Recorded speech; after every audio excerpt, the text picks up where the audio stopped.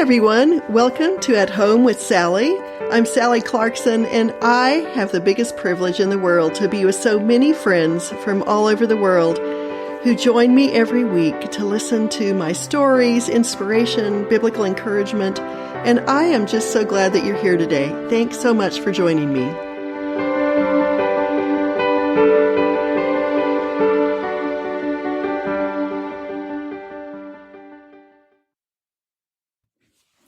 Hello, my friends. It's Sally Clarkson. How are you tonight? I am sitting back in my little study, my little room in Oxford, the UK, in Oxford, England. And I just arrived back here a few days ago, and it has been 55 degrees today for the high. It's been raining all day, and it is cold as can be. Where did the summer go? I hope that I'm finding you well and at least warm in a good way inside your house, not too hot. And just so happy to be with you. This is a Sunday evening. Usually I do my podcasts much earlier than this, but have you ever gone through a time when you just could not make yourself do what you needed to do? You could not work. And so I have been meandering through the past few days. I can blame it on jet lag, because that sounds important. I don't want to blame it on laziness, which is probably the reality. But also, I think sometimes when you fly overseas and you're in a whole new situation, I just think there's times when you might as well just go out and eat an ice cream cone, because there's just not going to have, you're not going to have any good time to work. So that's how I've been doing. But anyway, I have had so much fun being here. At this point in my life, having spent probably at least almost a fourth of my life overseas as an adult, I find that the being here in Oxford and having friends here and having a home here is kind of a seamless adjustment for me because I have my wonderful friends and home in America, and I've worked there a lot. And I've had wonderful friends here in the UK and have worked here, and am looking so forward to seeing what works out this year for the ministry opportunities that we have. But anyway, it's been really fun to be here. The main thing I first do when I get into the country is my friend Jackie picked me up at the airport, which is always a gift. And we chat. And then I spend hours catching up with my children who live here, Joel and Joy, individually. Go out with one, go out with the other. There's always tons to catch on when you cultivate your children as your best friends. And then we had this weekend a fun time because we had a little community fair where lots of people had these fun little booths, and they made their handiware, they made their cakes, and they had all sorts of interesting things all around. And so it's been a full weekend, had church this morning, and got to see a lot of old friends. And so I have been so busy, I thought I'd better hurry up and do a podcast or I may miss the whole thing. But I'm going to be kind of talking about this for a couple of days. I may even bring it into my Tea Time Tuesday for tomorrow. Because as you know, this weekend was the Jubilee, the 70-year Jubilee of Queen Elizabeth. She has reigned longer than any other monarch in the UK, and almost as long as the longest monarch in the world that they know of. I know that Franz Josef beat her by a couple of years in the Austria-Hungarian Empire. But anyway, she's definitely someone I admire and respect, and I'll tell you a little bit about that tomorrow. It might be kind of fun to talk about it all. But what I'm going to be talking about today, and I've been thinking a lot about this, is how vastly important heritage is. Heritage is I'm going to give you a little bit of a definition of this, first of all, but heritage is belonging to or becoming a part of a specific society or culture by cultivating traditions, repeating the stories of a group's past history, valuing common foods, languages, life practices that help define the people who are a part of that culture. And heritage is such an important thing. I think that we've lost the sense of heritage. I think that many people in the world feel lost and don't feel very important because they don't have a sense of cultural heritage. In other words, they didn't know their grandparents. They were just raised in possibly a public school setting where everybody was kind of homogenous and they all made their values around things that they found on the internet. And whereas a heritage is supposed to say to you, you are a part of a history, of a legacy of generations of people who ate this food, spoke this language, liked these traditions. Heritage, as we look especially back in Scripture, we see that the Jews were always told to remember the stories, remember what God did. Their heritage was when they were established as a people. They had feasts every single year that they were supposed to celebrate to remember who they were, that they were a people separated and called to God, that He had done miracles for them, that He had given them words to help define their lives, that gave them guidance, that He gave them wisdom in the corpus of Scripture that He gave to them. And heritage, and the reason why we see in Deuteronomy when God says to the parents, speak to your children about all of the things that I've told you to remember, morning, noon, night, at bedtime, when you get up, when you rise down, you rise up, and when you get down, go down. And we're given this admonition because our heritage gives us a sense of we were created for a story to tell. We were created to be a part of God's mega story. And heritage is so profoundly important. Education has become about facts and memorization and philosophies. But when education doesn't also include you are a people, you're a part of a people, you are a part of a group, and that gives you value. And now you get to create a part of the story that will pass a legacy on to future generations. I love this quotation by Walt Disney. He says, our heritage and our ideals, our code and standards, the things we live by and teach our children are preserved or diminished by how freely we exchange ideas and feelings together over time. And so I kind of wanted to talk about that today. This has been a good weekend to remember this, because I think that as we see much of the terrible violence happening amongst teenagers and in America and in children and in places all over the world, and as we see a whole sense of heritage and culture being destroyed here in my area of the world, as Russia continues to prevail upon Ukraine, there's more that's being destroyed than buildings. It is a history. It is the art. It is the music. It is the buildings. It is the stories of heroes. And so what I kind of want to encourage all of you today, wherever you are in life, whatever you're thinking about, is designing for yourself and for your friends and for your family and for your children. Design a heritage, design habits, rituals, things that you celebrate over and over again, because that's a part of creating a sense of self.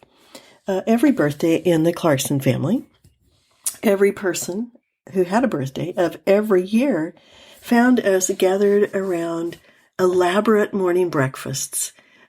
We were delighting together in this food, and oftentimes it was cinnamon rolls, cheesy eggs, and coffee or tea and candles and sometimes fruit and sometimes turkey bacon and sometimes bacon, depending on how old my children were and if they had given up meat yet. And we would have conversation, and we all had a sense we belonged together. This is who we were. And whenever we are with each other now, and part of the reason I'm here overseas and why I'm going to go home and be with Nathan and Kelia for months is because I want them to remember that they are important and for who they are. And following this feast was a verbalizing of each of us would say to the birthday person, we would say, I have really appreciated the fact that you are such an amazing, you're an amazing singer, songwriter. You're an amazing friend. You have developed, and I saw you debate this year, and you did such a great job. Or I love the composition you made. Or what an amazing movie you're creating. Or whatever. Or just I love you because you always encourage me. And each one of us would go around the table and verbalize to the person in the birthday seat, wherever all the presents were piled high. Even if it was from the dollar store, we wrapped it. And everyone participated. And then each of us prayed individually for that person, for their lives and for the years. We still do it whenever we're together. And through that, we were building a sense of culture, a sense of a heritage. This is what the Clarksons do. And cultural heritage gives our lives historical significance. It helps define a legacy that we will carry on, that will be told to generations to come. If we remember, we need to still be a people who remember the faithfulness of God. If you've read The Life-Giving Home, you know that we talk about Family Day, where our family would gather together every year, and we would talk about the amazing things that God had done and the ways that we saw his faithfulness. And when a child or an adult has a sense of the family culture that they are living in around themselves, it can be roommates together, it can be a missionary team, it can be a group of people at your work. But when you carry traditions that you practice together over a lifetime, it provides a sense of confidence on who you are and what light and goodness that culture has brought to the world. And then you get to say, I will determine that I will add to the culture, or maybe I will create one because there isn't a legacy of culture in my family.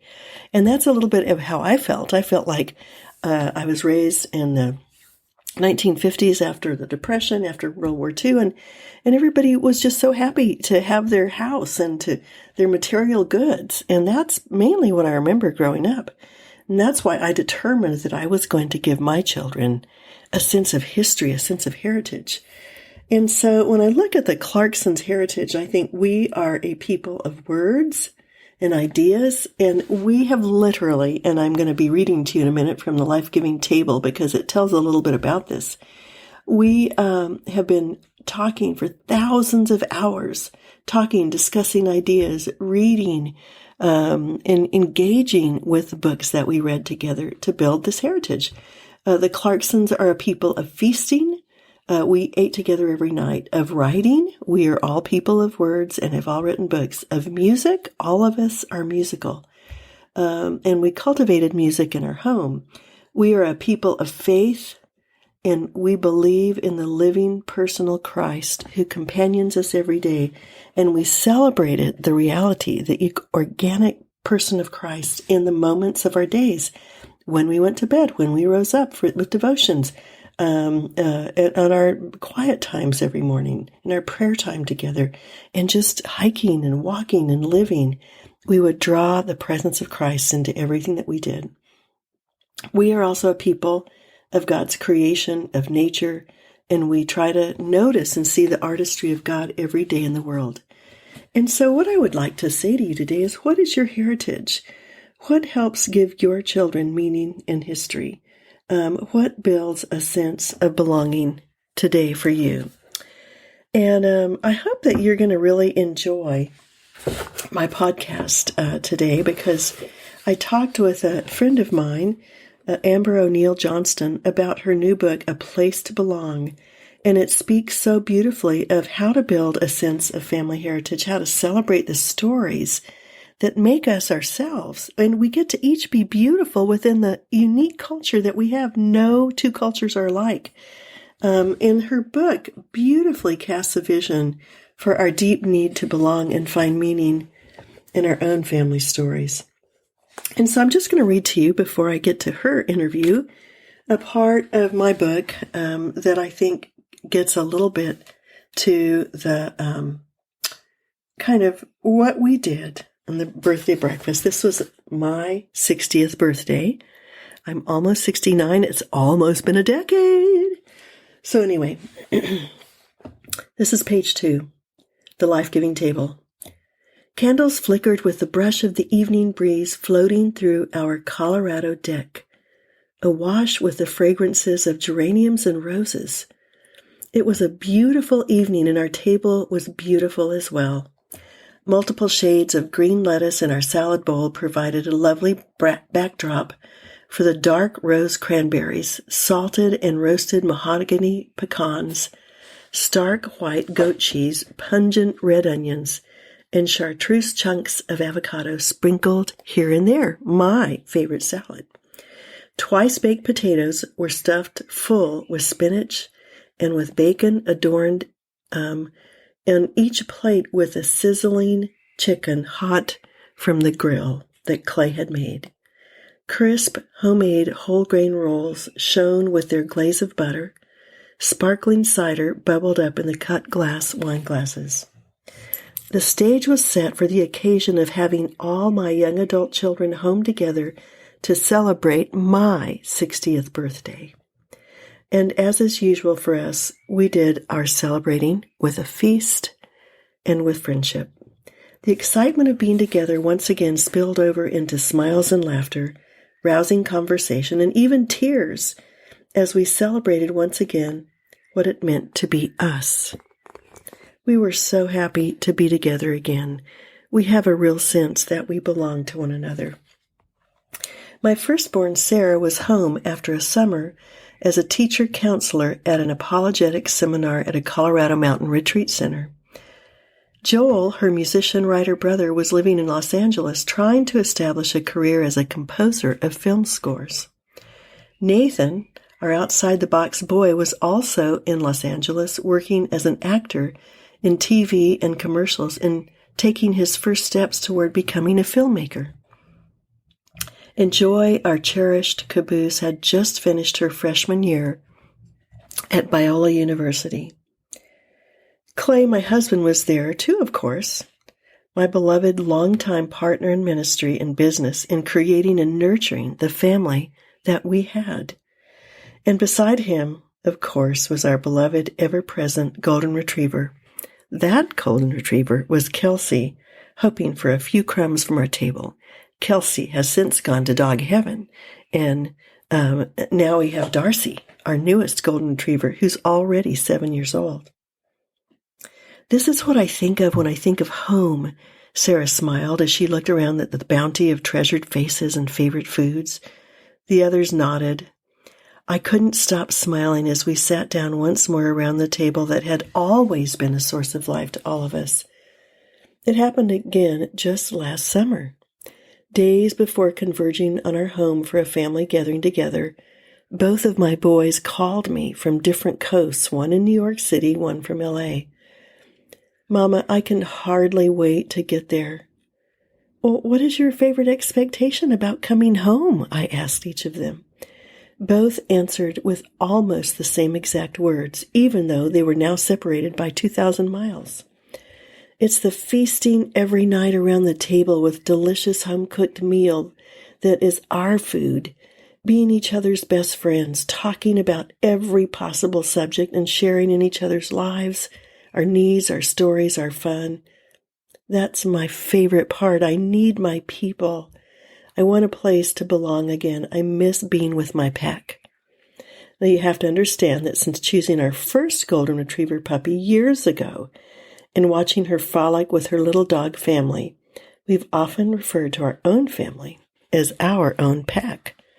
No, we're not dogs. We know that we're not, but we got used to that because of all the different dogs we adopted. A table ministry. It's no accident that my children feel this way. Creating a life-giving table in our home was a priority for Clay and me from the very beginning. It was our heritage that we wanted to build, and we both put effort and intention into making it happen. Actually, when I think of it, I was doing it even before I had a family. As a young woman, I was captivated, and still am, my friends, by the heart of Jesus, his compassion to see and meet the needs of those he rubbed shoulders with, and his desire for many workers to carry out his loving purpose. He traveled through all the small towns and villages in the area, teaching in the synagogues and announcing the good news about the kingdom. He healed every kind of disease and illness, and when he saw the crowds, he had compassion on them because they were confused and helpless, like sheep without a shepherd. He said to his disciples, "The harvest is great, but the workers are few. So pray to the Lord of the harvest, who is in charge of the harvest, and ask him to send more workers into the field." And from the time I read that passage, I said a passionate yes to the call to follow Christ into the fields of harvest. And that passion followed me and stayed with me overseas, and then it followed me home to the place where I was cultivating in my own children a love for Christ and for the compassion he had with the world. And it all happened in the heritage that we celebrated together around our table. Well, my friends, the next part of my podcast you're going to hear is with my wonderful friend who has just written this incredible book. And I just wanted to tell you thank you for being with me. Pray for me. I'm on the search for a house this week. It's a pretty hard time to find a little house, but our house was sold out from under us in one day. And I just have so appreciated your notes, your comments, your emails, and I will tell you what the Lord does, because he's always in the process of helping our family find place so that we can invite other people into our home and continue this heritage of tables and eating and feasting and friendship. So be encouraged by Amber. Hi, my friends. It's been so much fun for me. As many of you know, I just was at a conference called Wild and Free, and then I'm going to be home for a week, and then I'm flying back to Oxford. So I might be here and there, and, for those of you who follow my podcast regularly, but I know that you are going to be so blessed by my interview today, because I have been collecting sweet, inspiring, encouraging people to interview for this time while I'm going to be on the road. So I am absolutely thrilled today to give you a surprise guest. And my friend actually is with me today because she has a wonderful book coming out. So welcome. Thank you so much. You're so welcome. And so tell everybody who you are. Okay, I'm Amber O'Neill Johnston, also known to many as Heritage Mom, and I live outside of Atlanta, Georgia, with my husband Scott and our 4 kiddos. They are 6, 8, 10, and 12, and we have been homeschooling them from the very beginning, and I enjoy writing and cooking and spending time outside and hiking and all of the different things. I know, but I do have to tell you today, she gave the most incredible talk, and it was about really the movement between having a very kind of sensate, simple life without an understanding of beauty, and then the movement towards how it's like seeing a rainbow for the first time. You discover beauty and it changes your life. It was just wonderful. So I just thought we had to talk about it. But what I really want to talk to you about is this is a first-time author. It's always so much fun to get some of your words out there, and you have such a beautiful book. So what's the name of your book? The name of the book is called A Place to Belong, Celebrating Diversity and Kinship in the Home and Beyond. Okay, but how did you come up with that beautiful title, A Place to Belong? Because I would like to name one of my books that. Oh, well, goodness. It was the thing that was on my heart and like the core thing I was thinking about the entire time I was writing, because I feel like at the end of the day, that's what we want most and what our children need. And we need to create homes where the unique child that you've been given can belong. And that's going to look totally different than what your friend may do or someone else in your group.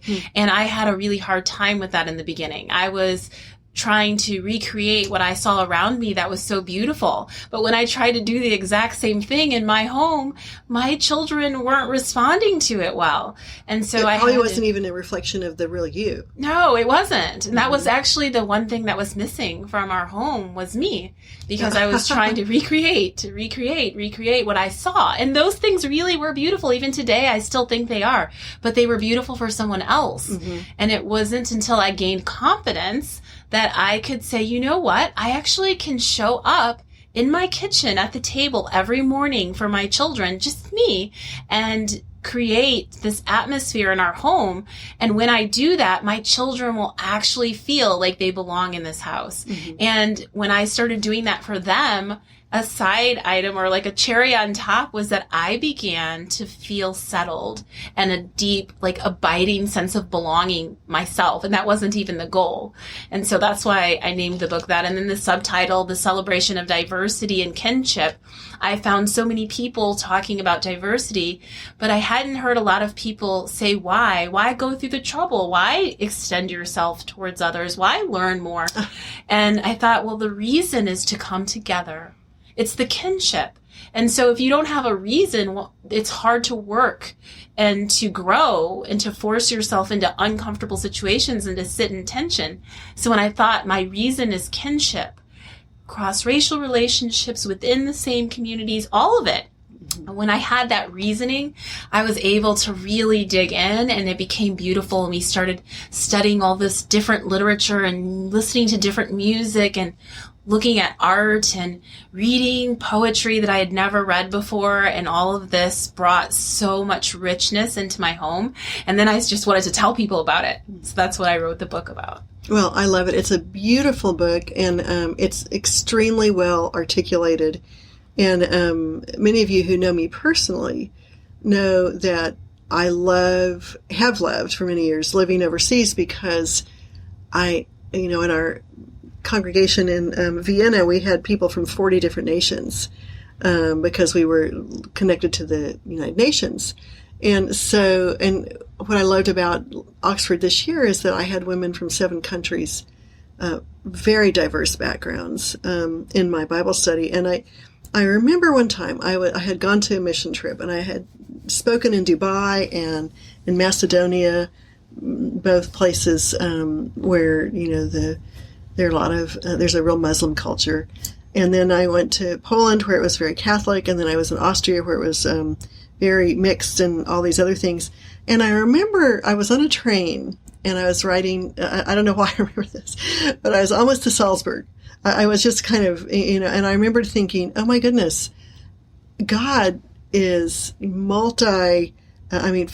I mean, he feels at home in China and in Africa and America and in England and in all these different places. And he is as close to all of these different cultures. And I realized that every culture expresses their faith in God in a different way. And that was the first time I really thought, I want to explore this and really validate it. And maybe someday I'll write about it, because I feel like for me, the stretching of myself in understanding the context of people from different countries and with different backgrounds has really deepened my love and appreciation for the Lord. Because of, the diversity that I've been able to be involved in all these different places. So it was really fun for me to see that you wrote about it in a very excellent way. So, well, thank you so much. I think when I hear you speak about that, I think of the word expansion, which is what I've been talking and writing a lot about lately, even in my own personal journal, which, people often ask me, well, you're talking about adding all of these new voices and different things to our literature, but what about the classics you're trying to replace? And I'm like, oh no, this is a story of expansion. I'm like, my children relish these classic books. They're so important and lovely. And so I'm only saying, make another shelf, like build more shelves. And so this idea of including and expanding and growth, like all of those words really help me to see, like have a vision for what I think like we could do, like the possibilities that we have within our homes and with our children.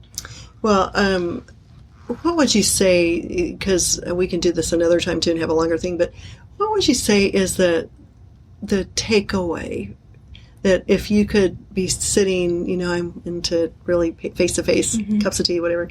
What would you like for a takeaway from your book to be for somebody who reads it?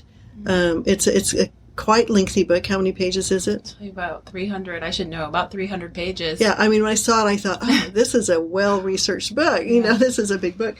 So you have many things to say. So either give me like the top 3 or 4 things and then end on the overall takeaway, because I think that especially now, I'm going to be 69 next month.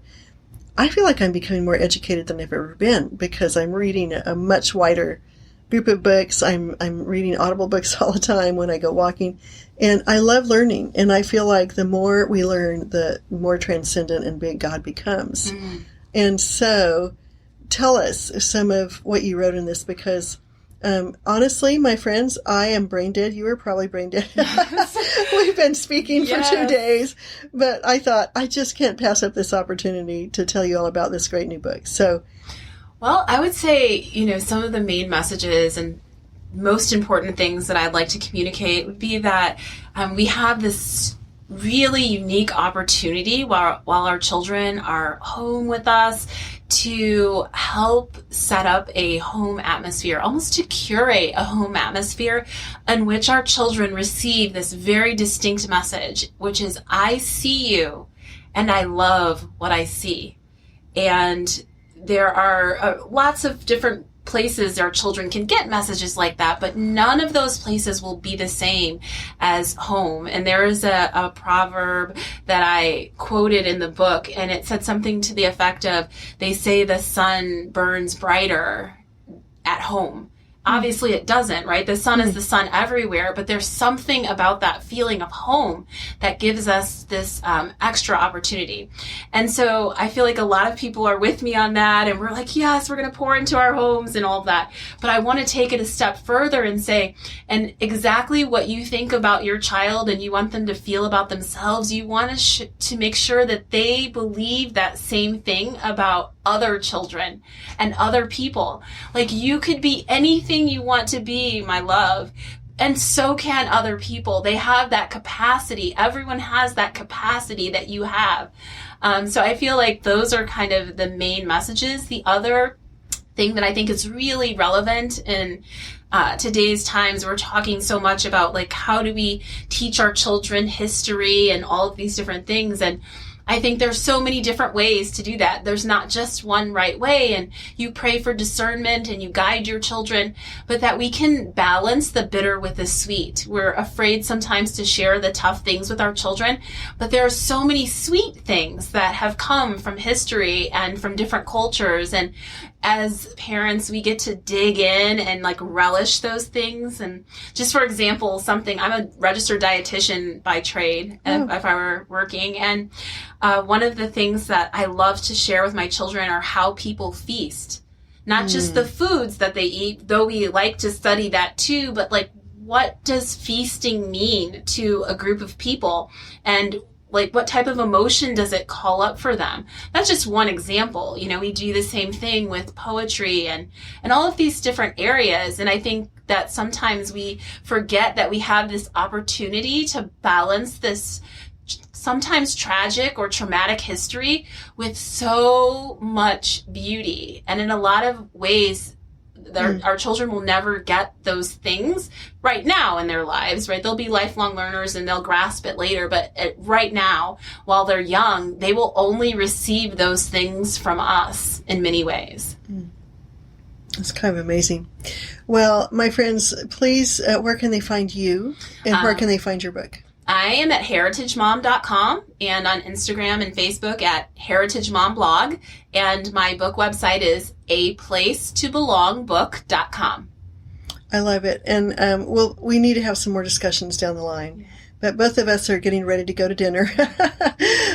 So anyway, thank you for taking the time. Thank you for having me. Yeah, I really love this book, and I hope that many people will be encouraged by it. Thank you.